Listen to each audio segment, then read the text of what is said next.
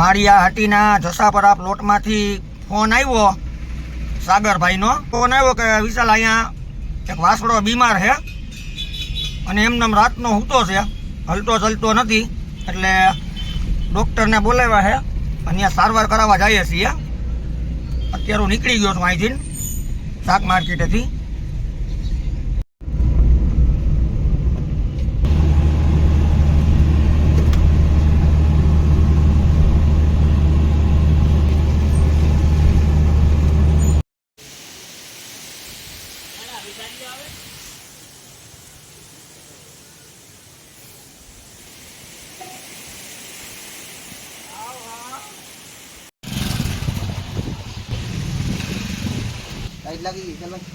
हाँ टाइट लगी थी है. हाइन नो पड़ो क्या खबर है?